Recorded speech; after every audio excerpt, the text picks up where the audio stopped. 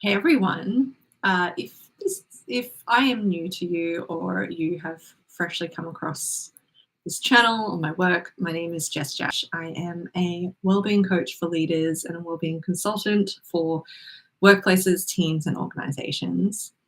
And I'm recording what is my podcast episode, my next podcast episode here.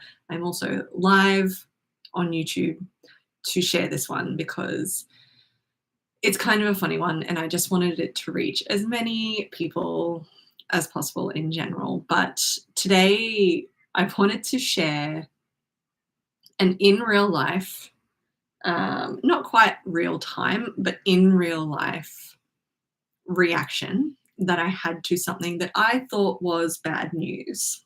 I thought it was disappointing news, and it would have been if it ended up being what it was. So I'm studying my master's in applied positive psychology right now, and I am in my second semester. It is 2 years long. I'm doing it part-time. It is 2 years long, and I got marks back for my first essay assignment for the semester, and I thought I did pretty well with it.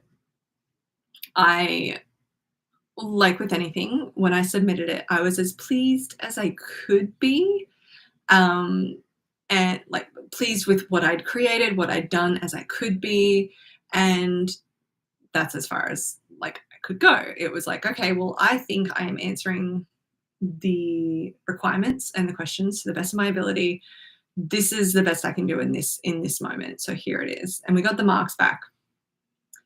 And normally with the system, it's a lot easier to sort of log in on a computer, right? So, it's just easier to see everything you need to see. But I was away from my computer. I was on the couch and I'm like, oh, I'm just going to check because I got the email, but they don't tell you the marks in your email. So I thought, I'm just going to check. I'm just going to have a look.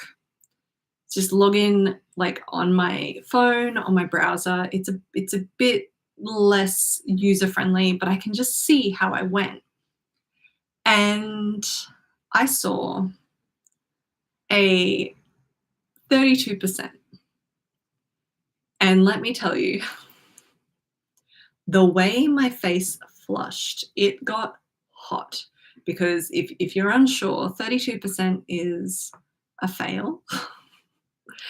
And that was not what I was aiming for. And it also wasn't what I was expecting. I don't know what I would have expected, but I wasn't expecting a fail because I was fairly confident at the very least that I had responded competently enough. And I just noticed this reaction. This is the lesson, guys, right? I noticed this reaction in me. My face flushed, like it got, I don't know if it was red, but it felt hot. My cheeks felt hot. And I was sitting there looking at this mark that I saw was a 32%. And my mind started racing. It was, oh God, all right, what can I do? I can go to our lecturer, the person who marked it, and talk to them and try to find out what went wrong. Where did I go wrong, and how can I fix this? And it wasn't yet a panic, but my body had started reacting noticeably, and it was going to derail me mentally for the rest. It was on the weekend, so it was like the rest of the weekend I would have been mentally derailed here. And I'm like, all right, well, let me read at least, because what they do is on an essay, on an assessment, you upload the PDF and then they'll put comments throughout it. But they also provide feedback as a comment as a whole that you can read. So I'm like, well, let me read the feedback. Let me have a look. And I'm reading the feedback, and it's not bad. It's quite positive. It's like, oh yeah, this, like, I really enjoyed this, but I've added in some comments. I think, like to help things or improve in certain areas, but I've also noted what things I enjoyed. So I'm like, okay, well, if they enjoyed something's enough to mention it. 32%. What? Like, that doesn't make sense to me.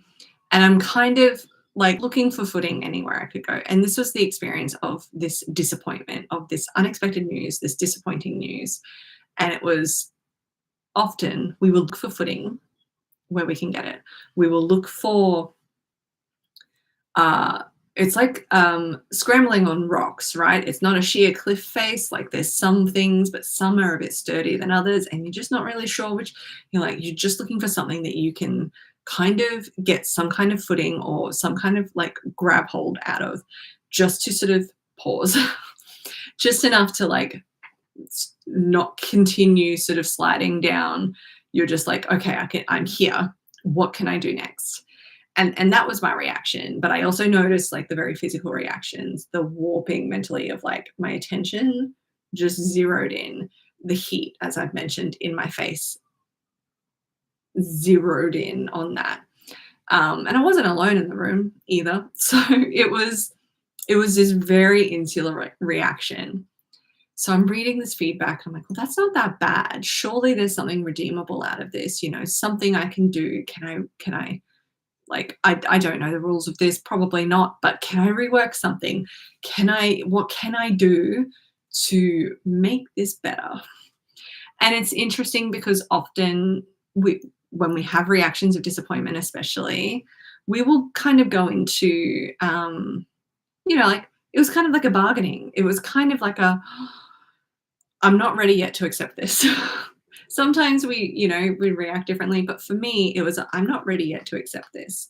How do I do this? What can I do? And it was kind of this bargaining, but looking, it was frantically, it was not calm. It might have outwardly looked calm, but it was like, all right, I just need to focus. It was very focused, frantically looking for, what can I do next? What is the solution? What can I do? What can I do? What can I do? So I'm like, okay, surely the feedback means something. So then I scroll down, and I haven't scrolled down to the bit where the comments are in my assessment yet. Haven't done that, but there's the criteria. So there's each section of the criteria that is out of a certain number of points. So I was reading where I was marked on the criteria. I'm like, this will tell me where I went wrong, because what the ever living fuck is going on? I was reading the criteria. I'm like, oh, okay. Like I got like, 8 out of 10 for that, or 7 out of 10 for that, and another 8 out of 10. And I'm like, wait, something's different. I've interpreted something wrong, surely. And I'm reading. I'm like, I've done really well with the criteria. I can't possibly have gotten 32% based on where it's showing me the parts of the criteria highlighted based on where I scored in each criteria part. So I'm like, that doesn't make sense. So I calculated. So this is where I switched into looking for more information. I was no longer bargaining. I was, how can I get more information so that I can actually make a decision on, or not even a decision, just know what to do from here. I need more information. So I started looking at the criteria, and I just kind of calculated, just to understand how the scores out of the criteria actually added up to only 32%. And they don't, which is when I then realized it meant 32% in terms of the 40% that the assessment was weighted at. So this assessment is weighted at 40% of my entire grade for the semester. This one is worth 40%. So I got 32 out of 40, which is actually 80% for that assessment. And not all disappointments end this way, don't worry. I'm not denying that. But I wanted to bring this to your attention because I'm laughing about it now, because my nerd brain values doing well. in my assessments. Like, and I know a lot of people do, but like I am that kind of nerd. And I noticed like my body had this whole reaction to what it thought was very disappointing, very unexpected, and unfortunate news in my academic life. And then because I have practiced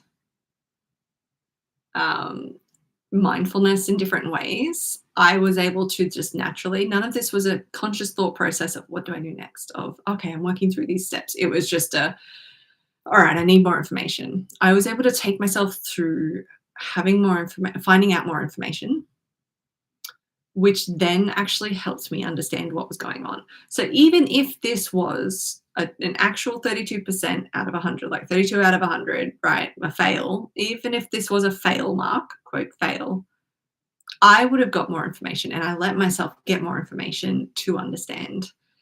And there's an important lesson here. I know some things are actually what they seem, but what is important is when we have an initial reaction, we allow ourselves to be open enough, even in the reaction, to get the information we need in order to understand it. Because sometimes the reaction is based on something that might be a fear, or in this case, a glitch in the system where it put it as a percentage, which misled all of us apparently, instead of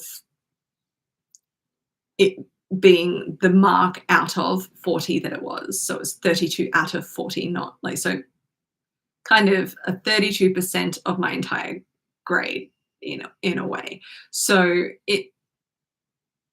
it's important to let yourself get more information so you can understand, partly because sometimes things are not what they always seem. In fact, most of the time, things are not what they always seem. And that is a really important thing, because we do this all the time in our relationships. We do this all the time in our communication, our work.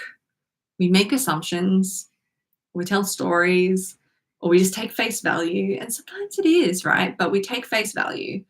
And instead of being curious and going, let me find out more information, we let that spiral, that reaction, actually turn into a spiral. I could have let that reaction turn into a spiral. I could have seen that 32% as it was written and panicked. And instead of looked for more information to try and understand, I could have shut down. I could have. I was in the couch, not even on the couch. I was curled up in the couch as I was reading it. I could have let it shut me down. And I could have let it take me out, basically, mentally, for the whole weekend, distract me for the whole weekend before I sat down at my computer, maybe come Monday, to actually find out the information then. And at that point, this was last weekend, not the one just gone. At that point, I would have spent all weekend, all Easter weekend, feeling like shit just because I didn't let myself explore what the information was. Could have happened. What I did was I read more. I let myself explore the information, got confirmation for what it was, because even if it was what it was, I would have understood or seen the reasoning. So then I could have understood what my next step was. So if it was 32%, I could have seen the reasoning, and then I could have reached out. That could be my natural next step, which was reached out and gone, hey, could you explain this a little bit more? I'm really confused. Or, hey, how can I make this up? What can I do?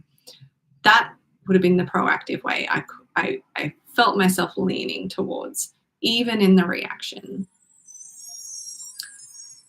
And what then I was fortunate to gift myself enough of was, once I got that information and figured out, oh, it must be this, I relaxed. And the next time I came upstairs, I came onto my computer and I just read through the comments on the assessment just to really confirm it. Just be like, all right, the criteria says this, it must be a glitch. It just must be, because the criteria says this.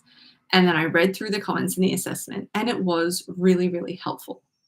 In this case, very fortunate with the unicorn name we have. Really helpful, because I got the validation of just like he said, the things I did really well.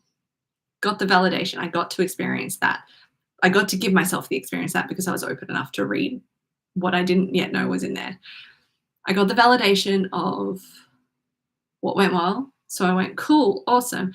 And then I could see what he was saying about the areas I could improve, because there's always going to be areas you can improve. And the benefit of that was his comments matched the criteria marking, which then reinforced my conclusion that the 32% was just a glitch in the matrix. It was a glitch in the back end of the system where it had put it as a percent instead of out of the 40 score, like the 40 mark. So I was able to just calm. I laughed about it in the moment and went, wow, this was a whole reaction that I was just having in the last few minutes. And then eventually an email came where they apologized and, said it's looking at being fixed and la la la. So it's just this reminder. This was a happy ending, right? I know that it's not always a happy ending, but it's just this reminder that when you are presented with or even confronted with disappointing news or a disappointing outcome, it's okay to have the reaction and have your feelings. And then how do you allow yourself to find out more information to understand it better? That is just the really most important part. So I'm going to leave you with that because I could just overdo this. But how do you allow yourself to find out more information even if you've been disappointed?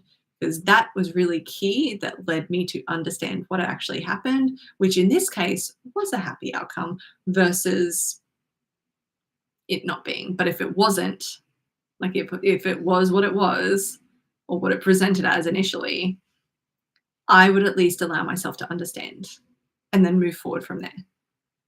So you're allowed to have your reaction, but then it becomes a choice in what you do next, how you move forward with it next.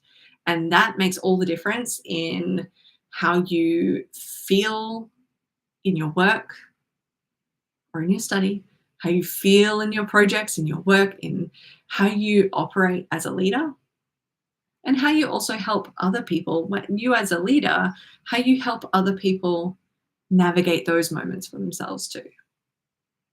So I hope this has been helpful. Let me know how it resonates for you. If you want more information about working together, I do have one-on-one spaces available for wellbeing coaching for leaders. I'm also continuing to do the Embodied Leaders Academy training with workplaces and organizations and the consulting work. So please reach out. My website is j-leigh.com.au, and you can find any way to contact me there. All right, until next time.